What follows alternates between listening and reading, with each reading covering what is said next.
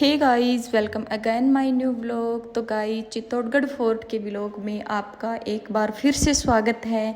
तो गाइस, आप लोगों को पता है हमारे पिछले कुछ दिनों से चित्तौड़गढ़ फोर्ट के व्लॉग आ रहे हैं, तो बस उसी का एक हिस्सा है चित्तौड़गढ़ फोर्ट का फतेह प्रकाश महल, जो महाराणा कुंभा महल से 2 किलोमीटर दूरी पर स्थित है। और इसमें एंटर करने के लिए हमें 22 रुपये की टिकट लेनी पड़ती है और एंट्री करवा के हम एंटर करते हैं फतेह प्रकाश महल के अंदर। और गाइस, फतेह प्रकाश महल का निर्माण महाराणा फतेह सिंह ने 1884 से 1930 के बीच में करवाया था और इसलिए इस महल का नाम उन्हीं के नाम पर रख दिया गया। और प्रेजेंट में यानी 1960 से ये एक म्यूजियम में तब्दील कर दिया गया। और अब हम म्यूजियम देखेंगे। एंटर करते ही सबसे पहले हमें चित्तौड़गढ़ फोर्ट का बेहतरीन यानी बहुत ही सुंदर मॉडल दिखाई देता है। और आप देख सकते हो ये इस मॉडल के अंदर सारी चीज़ें जो चित्तौड़गढ़ फोर्ट के अंदर है, जितने भी महल, तालाब, मंदिर और ये कीर्ति स्तंभ, विजय स्तंभ, उन सब का ये मॉडल है और ऊंचाई पर दिखाकर ये बनाया गया है। और आप लोग देख सकते हो कि अगर हम चित्तौड़गढ़ फोर्ट को ड्रोन से देखें यानी ऊंचाई से देखें तो ये किस प्रकार का दिखाई देता है। तो ये देख सकते हो, व्हेल मछली के आकार का चित्तौड़गढ़ फोर्ट हमें दिखाई देता है। गाइस, बहुत ही सुंदर चित्तौड़गढ़ फोर्ट को मॉडल के माध्यम से प्रस्तुत किया गया है। और इस मॉडल के ऊपर हमें इसके कौन बनाने वाला है, मतलब सब चीज़ की हिस्ट्री इस पे लिखी हुई है। कितने इसके अंदर फोर्ट में वो महल है, सब कुछ इसमें दिखाया गया है। और यानी कि चित्तौड़गढ़ फोर्ट को हम इस मॉडल के द्वारा समझ सकते हैं भी हमने क्या देखा, क्या नहीं देखा, कौन सी चीज़ कहाँ पे है। और बहुत सारे लोग भी इसको देख रहे थे और इसी मेन एंटर करते ये मॉडल दिखाई देता है। और यहाँ पे जितने भी यहाँ के राजा हुए थे यानी चित्तौड़गढ़ फोर्ट में 750 साल का जो इतिहास है, उन सब की बहुत बड़ी बड़ी फ़ोटो भी यहाँ पे लगाई हुई थी, जो आपको इसी व्लॉग में देखने को मिलेगी। लेकिन मैं फ़िलहाल ये आपको मॉडल भी दिखा रही हूँ, आप देख लोगे व्लॉग के अंदर, आपको बहुत अच्छा लगेगा इस मॉडल को देख करके। और ये देख सकते हो आप समतल से ये फोर्ट कितनी ऊंचाई पर है, आप इस मॉडल के तहत आप समझ सकते हैं। और ये जो साइड की दीवारें हैं यानी फोर्ट की चारों ओर की जो दीवार है उसको भी आप देख सकते हो कितनी ऊंचाई से बनाया गया है। और ये आप देख सकते हो फोटो। और ये गणेश जी की मूर्ति यानी ये बहुत पुरानी मूर्ति है और इसका भी एक विशेष मतलब इतिहास है इस मूर्ति का भी। ये भी उस टाइम की बहुत पुरानी मूर्ति है।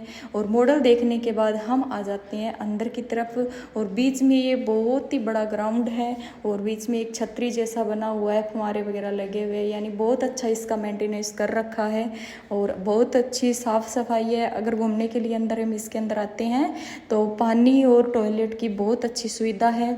और फतेह प्रकाश महल के चारों ओर बहुत ही सुंदर परकोटा बना हुआ है और परकोटे के चारों कूटों पर यानी चारों किनारों पर बहुत बड़ी छतरियां बनी हैं जो बहुत ही आकर्षण है। उनका बहुत ही देखने का मतलब वो होता है, बहुत सुंदर लगती है देखने में। और यहाँ की खिड़कियाँ, दरवाजे, उन पे अलग ही एक नक्काशी की हुई है और बैठने की भी वैसे बहुत अच्छी सुविधा है। मैंने एक बार बहुत अच्छे से आपको दिखाने की कोशिश की है। गाइज, अगर आपको फतेह प्रकाश महल का व्लॉग और पूरे चित्तौड़गढ़ का व्लॉग आपको अच्छा लगा है तो प्लीज़ कमेंट में एक बार ज़रूर बताना हमें कैसे लगा आपको व्लॉग। और अब चलते हैं हम सीधा म्यूजियम की तरफ। ये पाषाणकालीन पत्थर यहाँ पे लगे हुए हैं जो यहाँ पे औजारों के रूप में काम आया करते थे, शायद युद्धों में कुछ भी ये काम आए ही होंगे उस टाइम पे। और यहाँ पे इनकी हिस्ट्री वगैरह भी लिखी हुई थी, ज़्यादा इतना नहीं पढ़ा। और कुछ गेट वगैरह जो यहाँ के कमरे थे उनके बंद कर रखे थे। जितना म्यूजियम लगा हुआ है उतना ही खुला था ये पूरा महल। और ऊपर का भी फ़िलहाल बंद किया हुआ है कोरोना काल से, पहले तो खुला रहता था लेकिन फ़िलहाल ये बंद है। और फिर एंटर कर जाते हैं हम म्यूजियम के अंदर। और सबसे पहले एंटर करते ही हमें ये दिखाई देंगे यहाँ के जो हथियार हुआ करते थे, जो युद्ध में काम लेते थे ये लोग। यहाँ के मतलब सारी हिस्ट्री इन हथियारों की भी यहाँ पे लिखी हुई है, भी ये फलाना हथियार है, ढाल, खंजर, मतलब जो भी थे, तलवार, बंदूकें, सब चीज़ों के बारे में यहाँ पर लिखकर साइड में दिखाया गया था कि ये वो हथियार है, इसको इसमें यूज़ में लिया जाता था। और सैनिक का स्टेचू बनाकर उसके ऊपर जो कवच हुआ करते थे जाली के, लोहे के, वो सब दिखाए गए हैं भी ऐसे सैनिक हुआ करते थे, वो ऐसे पहनते थे। और ये है यहाँ पे तीर यानी बाण का एक स्टेचू के बीच अंदर लगाया हुआ है। और ये इसके साइड में इसमें इसके बारे में लिखा हुआ है। और ये देखो यहाँ पे ऐसी कुंडियाँ हुआ करती थी, ताले वगैरह दिखाए हुए हैं। और यानी घूमते हुए बहुत अच्छा लग रहा है, पुरानी चीज़ों के बारे में देखते हुए उनको समझने की बहुत ज़्यादा कोशिश कर रहे हैं। हिस्ट्री वगैरह भी हमने पढ़ी, ये चीज़ क्या है उनके बारे में देखा हमने, और बहुत अच्छा लग रहा था यहाँ पे घूमने के लिए। क्योंकि जब भी राजस्थान का नाम आता है हमारे दिमाग में कि ये राजस्थान है, तो उसके बारे में सबसे पहले यही दिखाया मन में आता है कि राजस्थान रॉयल है, यानी रॉयल चीज़ें ही दिखाई देने को मिलेगी। गढ़, पुराने किले, उनके अंदर म्यूजियम, और म्यूजियम में रखी हुई वो पुरानी चीज़ें यानी हथियार वगैरह, हर चीज़ रॉयल्टी दिखेगी हमें। और ये है गेड़िया नामक का हथियार जिसकी साइड में दिखा हुआ है। और यानी कि जहाँ भी हम म्यूजियम वगैरह में देखने जाते हैं तो उसमें इस साइड में लिखा हुआ मिलेगा, क्योंकि हमें समझने इतना हमें खुद को भी नहीं पता होता, इसलिए यहाँ के लोगों ने इन चीज़ों के बारे में लिख के, यानी हम पढ़ के इनको समझ सकते हैं, ये फलानी चीज़ है, ये वो है, ये वो है। तो बहुत सारे स्टूडेंट्स भी यहाँ पे आए हुए थे, वो भी इनको पढ़ पढ़ के देख रहे थे। और तलवारों का साइज़, लंबाई आप देख सकते हो बहुत ज़्यादा लंबी थी। और उससे हम यही अंदाज़ा लगा सकते हैं कि तलवारें इतनी लंबी थी, तो यहाँ के राजा वगैरह हुआ करते थे, सैनिक हुआ करते थे, उनकी लंबाई भी बहुत ज़्यादा रही होगी।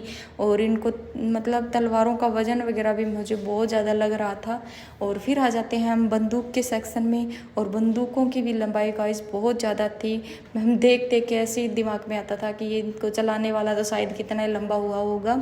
और गाइस आप देखते रहना, आपको भी बहुत ज़्यादा एंजॉय होगा। गाइस बंदूक का सेक्शन आप लोगों ने देखा बहुत बड़ा था, और बंदूक वाले सेक्शन से निकलते ही छोटा सा एक बारूददानियों का सेक्शन आता है, उसमें छोटी छोटी लगी हुई थी। वो क्लिप मैंने नहीं डाली क्योंकि इतना बहुत बड़ा व्लॉग हो जाता। और फिर आगे आ जाते हैं ये स्टेचू, यानी महाराणा प्रताप वगैरह के और उनके सैनिकों के भी छोटे छोटे स्टेचू लगा के उसमें दर्शाया गया है कि युद्ध में जाने से पहले कैसे तैयारियाँ किया करते थे। और ये रक्षा कवच वगैरह यानी टोपा और इनके हथियार तो आप लोगों ने पीछे भी देखे, लेकिन इनके हाथों में लेके भी इनको दिखाया गया है। ये कवच हुआ करते थे सिर के, और यानी छोटी छोटी जालियों से गूंथे हुए, मतलब एकदम मान लो मजबूत कवच हुआ करते थे ताकि इनके शरीर की भी रक्षा करें। और इन सब देखने के बाद हम आ जाते हैं बाहर की तरफ, और बाहर भी ये स्टैचू लगे हुए थे, यानी छोटे छोटे, इनको दिखाने के लिए भी लगाए हुए थे। और काफ़ी अच्छा लग रहा था हमें म्यूज़ियम को देख के। और फिर एक और सेक्शन है इसी के अंदर, यानी उसमें यहाँ के मतलब पूरे चित्तौड़गढ़ फोर्ट की दीवारों को दिखाया गया है। यानी पोल थे ना जो रास्ते में मैंने आपको बताया था, 9 पोल आते हैं, राम पोल, लक्ष्मण पोल, जो जितने भी पोल थे वो सारे, यानी जितनी भी चढ़ाई करके हम ऊपर जाते हैं पोल के अंदर से एंटर करके, वो सब पोलों को यानी लकड़ी की सहायता से ये दीवारें बना के, यानी बहुत ही सुंदर मतलब नक्काशी करके पेंटिंग से चित्तौड़गढ़ फोर्ट को दिखाया गया है म्यूजियम के अंदर। और बहुत बड़े बड़े पोस्टर भी लगे हुए थे कि मुगलों ने क्या तैयारियां की थी युद्ध लड़ने से पहले, वो बाहर किस तरह से तैयारियां कर रहे थे। ये अगर आपको लोगों को टाइम हो तो इनको मतलब वीडियो को रोक रोक के आप पढ़ सकते हो, आपको बहुत अच्छी जानकारी मिलेगी। अगर आप कोई यानी परीक्षा वगैरह की प्रिपरेशन कर रहे हैं, कंपटीशन एग्ज़ाम की, तो आप लोगों को बहुत अच्छी जानकारियाँ मिलेंगी। ये थोड़ी मैंने गहराई से वीडियो बनाई है, और आप देख सकते हो इसमें सारा कुछ दिखाया गया है कि दुर्ग को बंदी कैसे किया था, बनवीर की दीवार वगैरह, ये सब इसमें दिखाया हुआ है। पोस्टर में बिल्कुल अच्छे तरीके से बताया हुआ है, जितने हिस्ट्री हमें मतलब और चीज़ों से नहीं मिलेगी। और भूगोल वगैरह भी जो है इस फोर्ट का वो सब दिखाया गया है इसके अंदर। और यानी कि इसमें यूज होने वाले हथियारों के बारे में बताया था जो युद्धों में लिए गए थे। और घेराबंदी यानी युद्ध हुआ था उस टाइम मुगलों ने किस टाइप से चित्तौड़गढ़ फोर्ट की घेराबंदी की थी। गाइज आप वीडियो को रोक के ज़रूर पढ़ना। और ये देख सकते हो आप जौहर की भी में हिस्ट्री दी हुई है, और काफ़ी अच्छा दिखाने की कोशिश की है। और ये देख सकते हो आप पोस्टर पे आप लोगों को बहुत ज़्यादा जो दूसरे किले थे ना, यानी कि जो राजस्थान में किले पड़ते हैं बड़े बड़े, गागरोन का किला, कुंभलगढ़ का किला, ये और सब का भी यहाँ पे बड़े बड़े पिक्चर लगी हुई थी। उम्मीद करती हूँ गाइज़ आज का व्लॉग आप लोगों को बहुत अच्छा लगा होगा, और प्लीज़ आप चैनल पर नए हैं तो चैनल को ज़रूर सब्सक्राइब करें और लाइक करें और प्यारा सा कमेंट ज़रूर करें, क्योंकि कमेंट करते हैं तो गाइज़ हमें बहुत अच्छा लगता है। और मिलेंगे गाइज़ नेक्स्ट व्लॉग में।